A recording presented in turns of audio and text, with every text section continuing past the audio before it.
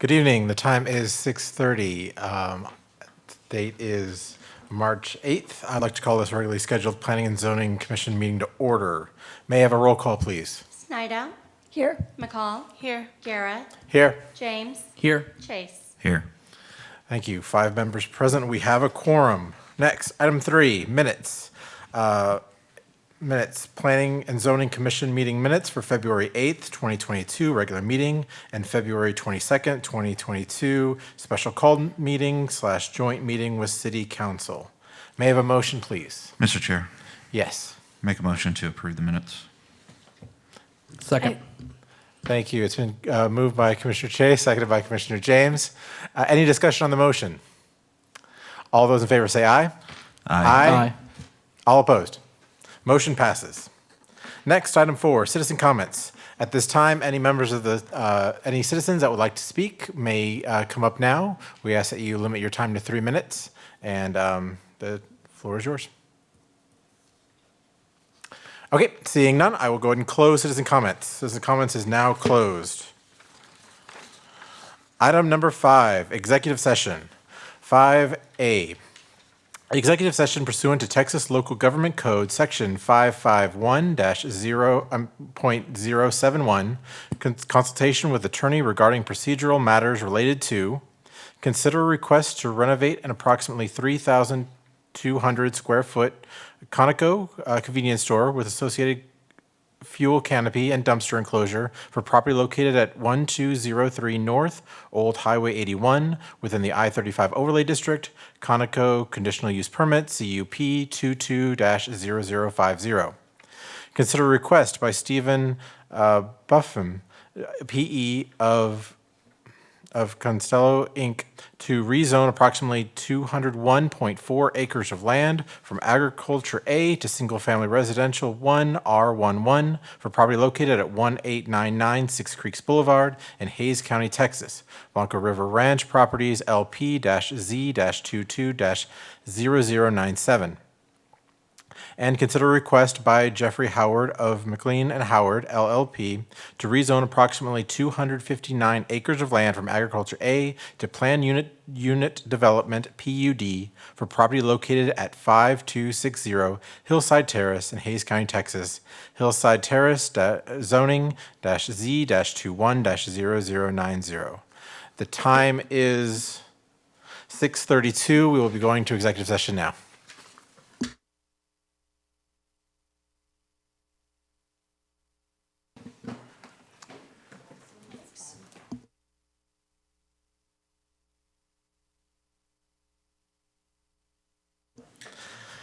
All right, thank you. The time is 6:53. I would like to call this meeting back to order. Next, item number 6, consider and possible action. Consider request to renovate an approximately 3,200 square foot Conoco convenience store with associated fuel canopy and dumpster enclosure for property located at 1203 North Old Highway 81 within the I-35 Overlay District. Conoco Conditional Use Permit, CUP-22-0050. Mr. Atkinson.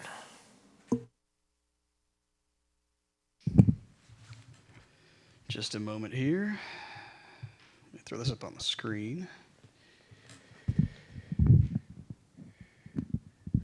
All right, before you we have the conditional use permit that was just read off the agenda. Will Atkinson, for the record, senior planner. As y'all know, typically when we review conditional use permits and we bring them to you, it's usually a greenfield site, which means that the project is getting all their permits in a row to be able to start construction from a fresh start. Occasionally, we will have one where they want to do a renovation that's in an overlay district. And depending on the scale of what they want to do, it can be both the site development permit and a conditional use permit that they're doing, or it can just be the building improvements themselves from a facade standpoint. And that's what this one is. It's specifically just for the facades of the building. And it's perfectly fine. It's completely legal. It's part of the code. And we applaud the opportunity for anybody wanting to do that, to come forward and take care of that. Which is why we have this, the sketch of the site plan there on the screen, just to give you a frame of reference. Plan West is the existing I-35 overlay, or excuse me, access road, where you see where the canopy is, right next to it, the building, and then over in the Plan Southeast, or probably the northwest corner, is where they're going to put the dumpster enclosure. Installing the dumpster enclosure itself is not something that would trigger a full site development permit review. And it's already on impervious cover anyway, so staff did not believe it was appropriate to require that for the cost and the time.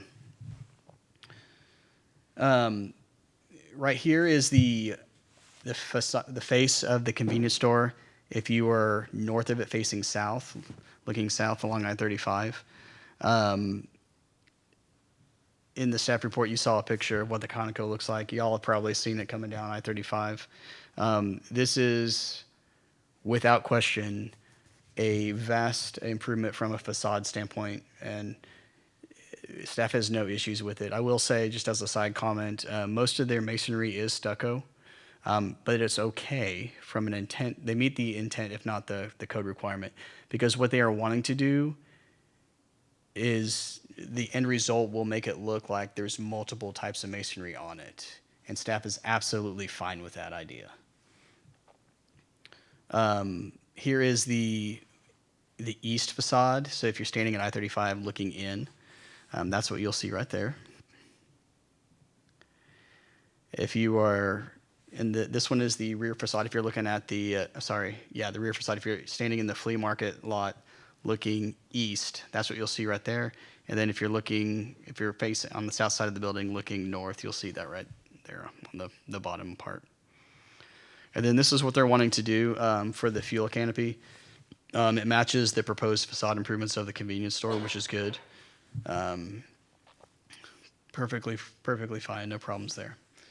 And then the last item that I want to throw up on the screen is the dumpster enclosure.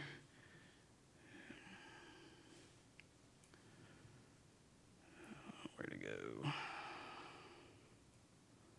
Bear with me just a moment.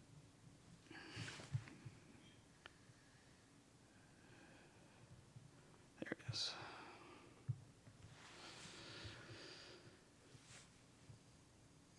And this item right here, they're going to cover it in stucco. It's a dumpster enclosure. It's an accessory structure. It doesn't need to have all the architectural features related to it, but they are working to meet the code and intent requirements, and they're going to have the metal frame for the enclosure doors as well, which goes above and beyond. So staff is fully in support of this conditional use permit. We aren't recommending any changes to it, and we ask that y'all approve the elevations as presented as well. Do y'all have any questions for me? Thank you. Any questions for staff? Okay, if there are no questions for staff, can I have a motion, please?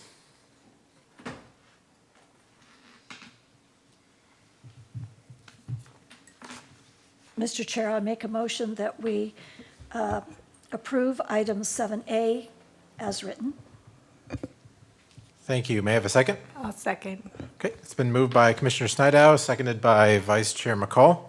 Is there any discussion on that motion? Yes, Commissioner Chase. Yeah, I'd just like to say it.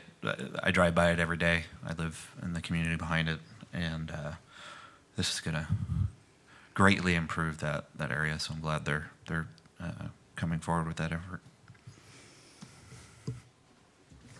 Thank you. Yes, I definitely agree. And also just the improvements, also the fuel canopy, also to the dumpster enclosure. I mean, it's just going that much more above and beyond. And I think it is definitely something people see many times a day here in our city. And this is a vast improvement. Any other comments? Okay, all those in favor say aye. Aye. All opposed? Motion passes. Next. Item 7, zoning. 7A, consider impossible action on a recommendation to the City Council. I did that wrong. We have to redo that one. I did 7A instead of 6A when I made the motion. Okay.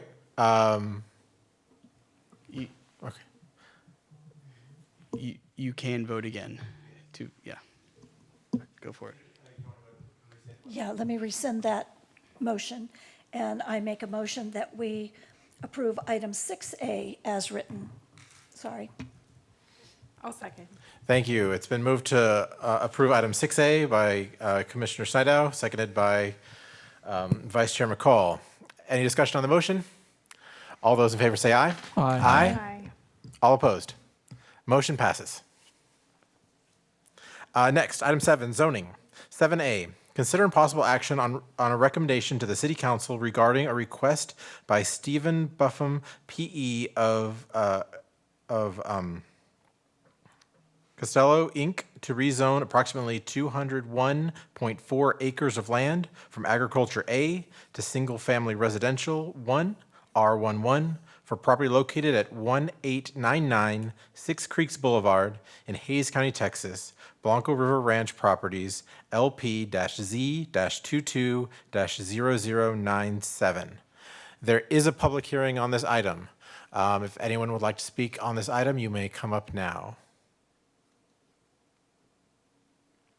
Seeing none, I will go ahead and close the public hearing. Public hearing is now closed. Mr. Atkinson. All right. So before you, Will Atkinson, Senior Planner. I always jump the gun on that. I always have to announce myself. For it's petition number Z-22-0097 for 1899 Six Creeks Boulevard. As previously stated by Mr. Guerra, this is a rezoning of approximately 201.4 acres from what will be ag to R11 zoning, which is single-family residential 1.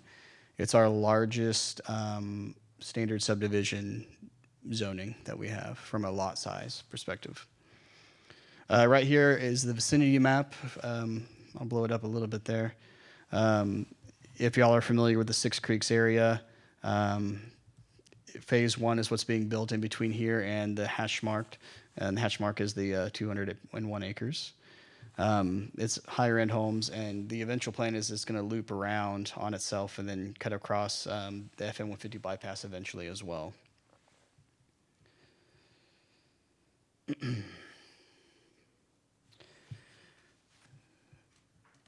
As a side note, well, not a side note, it's important to note that from a regulatory standpoint in the processing of these requests, the annexation is not quite complete, which is why you do not see a zoning map shown on the staff report for stuff around it. The zone, there's no zoning around it at this time because the stuff is not inside the city limits with phase 1, but this project will be. Now, the first read of annexation happened in January. Some of the items that we need from an annexation standpoint from documents are not quite wrapped up, and which include the second reading of the TERS zoning, which is a special financing district. They're going to have a public infrastructure district, which is also going to be wrapped up on the 22nd of March. They're going to have a development agreement related to the infrastructure for this project, which is why they're going to have the 2 special financing districts to help fund all that extra infrastructure that we need. And the annexation will be wrapped up also on the 22nd of March. All those items will precede this zoning request, which will be first read also on the 22nd of March.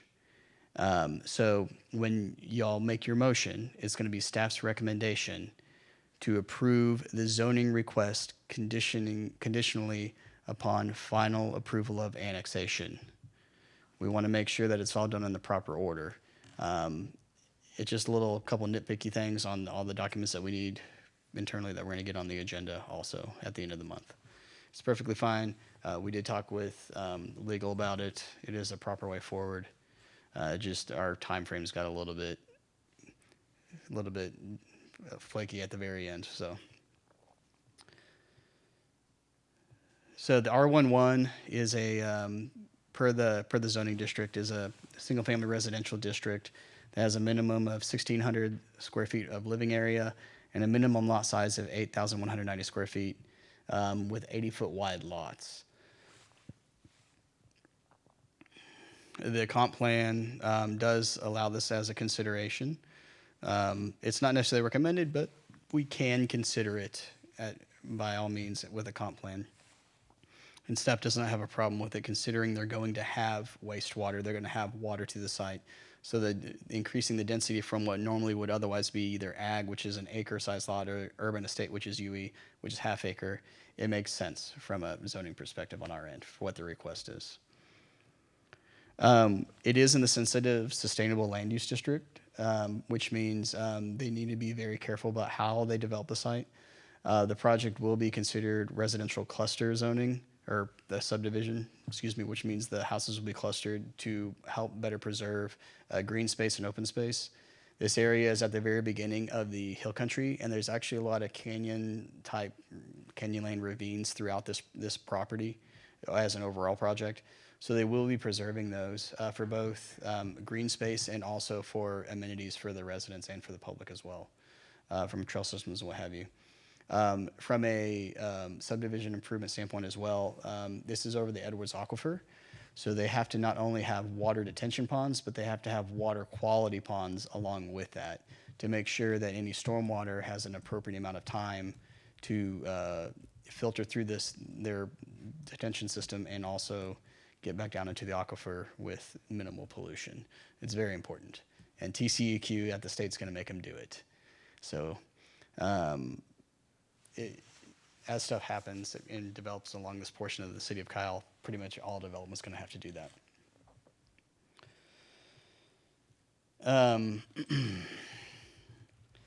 Yeah, that's pretty much all I have for that. Staff has is fully supportive of this. While the development agreement's not shown in backup material because it's not quite complete, there's a lot of documents in there related to building a portion of the future FM 150 bypass, a couple portions of Six Creeks Boulevard, a portion of the Vibe Trail, a lot of water and wastewater infrastructure that's offsite that they have to construct, which is why they're asking again for those public financing districts that council is looking at. So, do y'all have any questions for me? Any questions for staff? Yes, Commissioner Snyder. So should this move forward, once the subdivision is laid out, it will come back to us again, correct? Yes, as typical. Staff, after the zoning and annexation and all these other documents are in place, they will be submitting preliminary plans and final plats that you will see. It will go through staff review, and it will be placed on agendas for y'all's consideration as well. Yes, Commissioner Chase. Is there going to be a requirement for impervious cover out here as well, I'm assuming? Yeah, I'd have to go take a look at it. I want to say it's 50% for the R11 zoning district is max per lot. Okay. So yeah. Okay. Absolutely. It's I'm going to quote our modern day code from 2003. All our zoning districts have impervious cover maximums. So. Okay. Just because it's over the aquifer and all that, so For it could sure. be a recharge zone. So. Yes, Okay. sir. Any other questions for staff? Okay, there's no more questions. Can I have a motion, please? With the motion, Yes, sir. I move to approve item 7A, conditionally on the approval of the annexation on March 22nd. I'd like to say something if you don't mind. Mm-hmm. I would remove the date specific. Okay. We fully anticipate it to be fully wrapped up, but just in case, we don't want to hamstring ourselves. I accept that friendly amendment. Okay, it's been moved to approve with the addendum that the annexation is approved first. Okay. Is there a second? Okay. Thank you. It's been moved by Commissioner James, seconded by Commissioner Snydow. Any discussion on that motion? Just myself personally, I am definitely in favor of seeing a diversity in zonings. Usually when we talk about offering different forms of housing, we're talking about townhomes, we're talking about other ways to make things more affordable. But I think single-family homes themselves aren't all the same either. And so to have a diversity, not just all R13, all R12, I think R11 in the right location is it can be a very good fit for our city. So I am in favor of this. Any other discussion? Okay, all those in favor say aye. Aye. Aye. All opposed? Motion passes. Next, item 7B. Consider and possible action on recommendation to the City Council regarding a request by Jeffrey Howard of McLean and Howard LLP to rezone approximately 259 acres of land from Agriculture A to Planned Unit Development PUD for property located at 5260 Hillside Terrace in Hayes County, Texas, Hillside Terrace zoning-Z-21-0090. There is a public hearing for this item. I'm going to go ahead and open up the public hearing now. If you like, you may come up and speak now. Good evening, ladies and gentlemen. This area in a rural place, right? I enjoyed the country. My name is James McKeska. I live at 2750 FM 2001. And I understand that development happens. Development's good. We need things to come to our society. But at the same time, we don't want to give up our standard of living just because of development. So there's been some growth around my property. I'm not opposed to that. The development that happened close to me, I spoke with one of the developers. He came out with his family. He was gonna go fish on the acre-and-a-half pond that was behind my house, not on my property, but I knew the man that lived there. I fished there. Used to catch bass there. Any child could go out with some worms and catch some perch, right? As many as you wanted. He said it was going to be a green area where the people in the neighborhood could enjoy that. His idea of a green area was a wastewater facility, okay? And it has scrap rock and scrap cement dumped on it, okay? It's not kept. They drain the lake. They killed all the fish. And it's pretty well just a little mud puddle with a bunch of weeds, okay? I really wasn't okay with that. I saw what was said, and then I saw what actually happened. Then there was also the riffraff that came in behind it. We have large weeds. It's a rural area. It's not gated. We have people that come onto the property. It's not maintained, not policed. There's no houses really close to it, except for mine, which I'm recessed from it. Alex, my neighbor behind me, his son has to drive his truck occasionally back there and say, what are you doing back here? And then they leave. Occasionally, I've had to walk to the back of my property and wonder why someone's parked back there. And I know they're not up to wholesome activities because usually it only takes me standing at my fence line and looking at them for them to start their vehicle and leave. Those things aren't good for a neighborhood. On top of that, I'm okay. I'm not an unreasonable man. I understand we need utilities. I understand there has to be wastewater management. But my quiet back deck has now been invaded by an incessant buzzing noise measured at 50 to 60 decibels, 24 hours a day, 7 days a week, 365 days a year. It does not stop.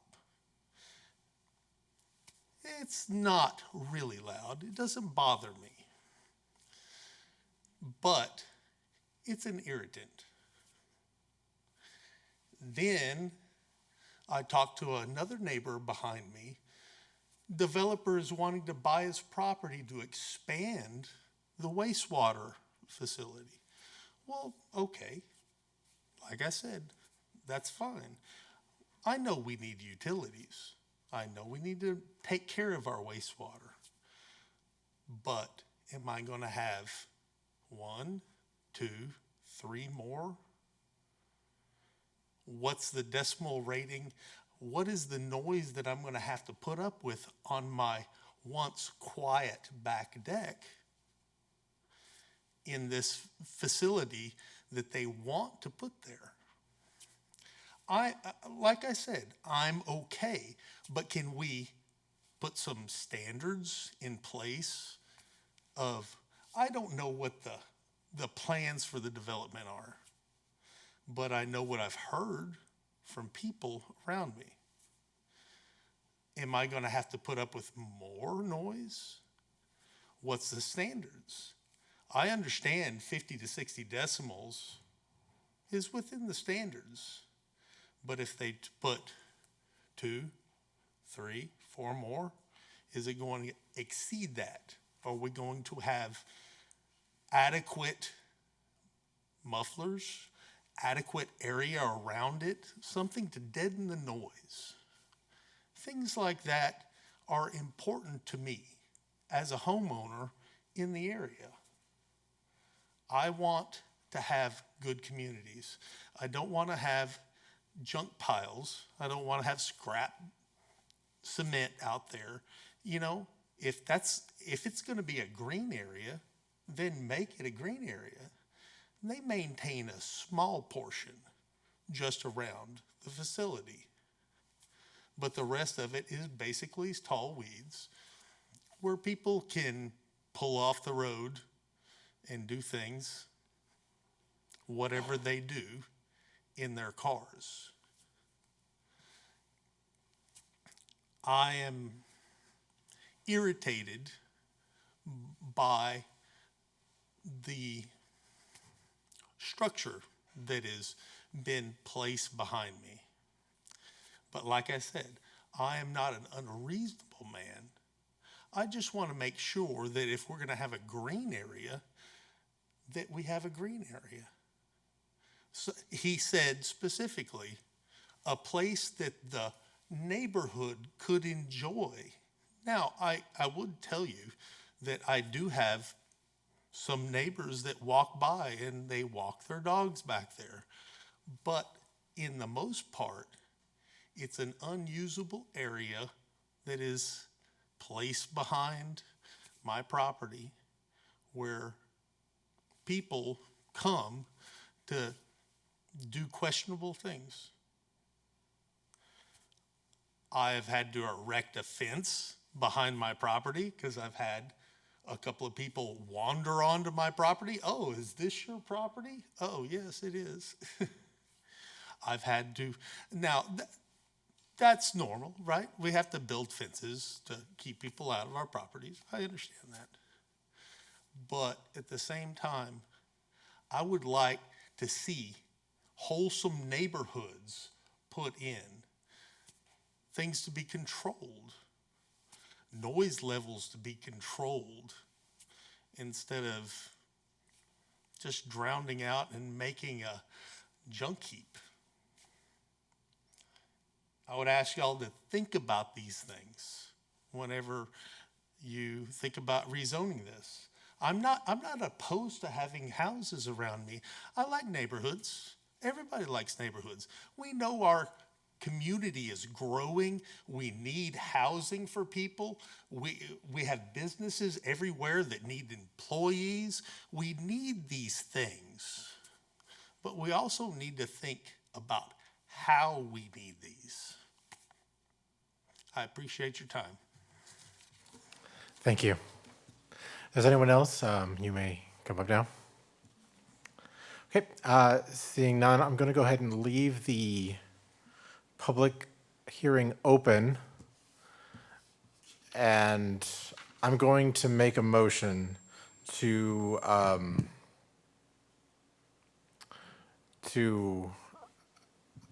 sorry, it was postponed or? Oh, Yeah, motion to recess to May the 10th. yes, thank you. I'm going to motion to recess the public hearing to the May 10th meeting. Second. Thank you. It's been moved by myself, seconded by Commissioner James. Is there any discussion on that motion? Okay. All those in favor say aye. Aye. Aye. Aye. All opposed? Motion passes. Okay. Item number 8, general discussion. 8A, discussion only regarding Planning and Zoning Commission requests for future agenda items. Does anyone have any items they would like to see on a future agenda? Yes, Commissioner Snyder. Mr. Chair, I would like to see us adjust our zoning to where M1, M2, and M3 are 3 separate zoning requests, so that so someone doesn't come in and say, we want M2, M3. They actually come in and declare what they want to do on that property. Okay. Thank you. Do you have? Just for my clarification, so they would not be able to do what would be a dual zoning request, where they could have a mix, or, Well, we were talking about building standards in the, Right. in the workshop. Please turn your mic on. I'm sorry, I thought I did. We were talking about building standards in the workshop, and we would want to make sure that those building standards applied to both of them if they were going to come in and request that. Because if the building standards cannot apply to one of them, then I would want that a separate request.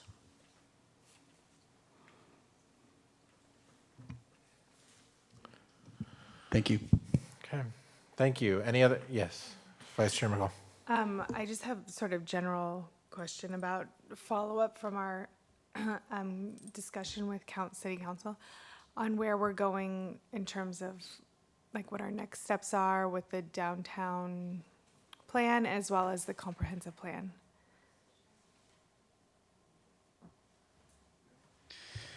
So we have let, regarding the downtown redesign, that BGK Architects has the contract on right now. We did let them know that council gave direction to, at an appropriate time, and they'll be coordinating with us so we can put it on an agenda to meet with y'all as the Planning and Zoning Commission to receive an update and input. So they haven't let us know when that's going to be, but it will happen. And this Amber Lewis, Assistant City Manager for the record, we do have a meeting with them next week, and they are going to meet with all the department heads that'll be involved, and also the city's engineer, architects, everybody that might have an impact on downtown is going to have this meeting together so we can all make sure that, you know, we have all the same information, we've had our input, and then they're going to roll that out to the public.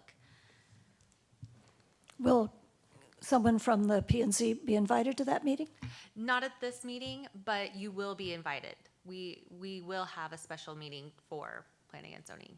Yes, ma'am. And then the comprehensive plan, is that? Yes.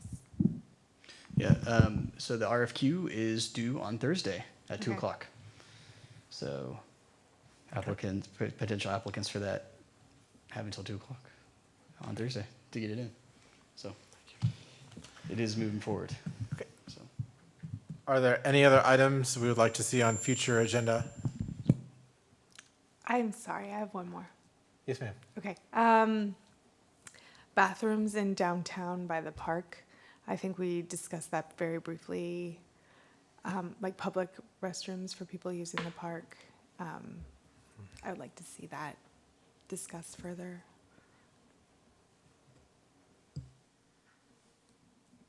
Okay.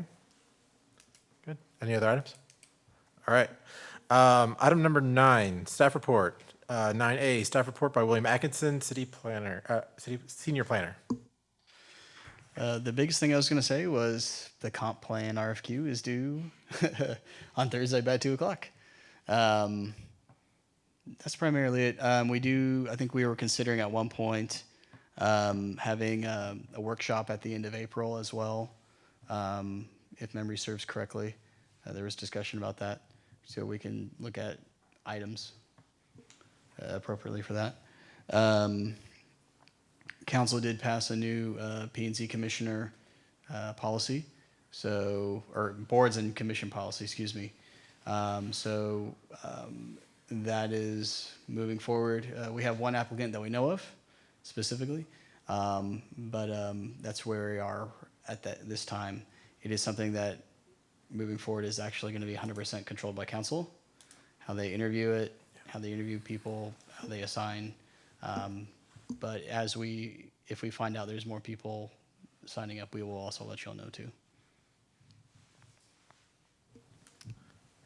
Do we have an idea as the time frame? So the RFQ, it's due on Thursday, and then do we know what really happens from there? Yes. We'll be looking at those at the RFQs that were submitted, and then and I'm actually gonna have to ask you to take over from here because We would, hopefully staff will review those and make a recommendation to the city council at their March 22nd meeting and ask for authorization to engage with a firm.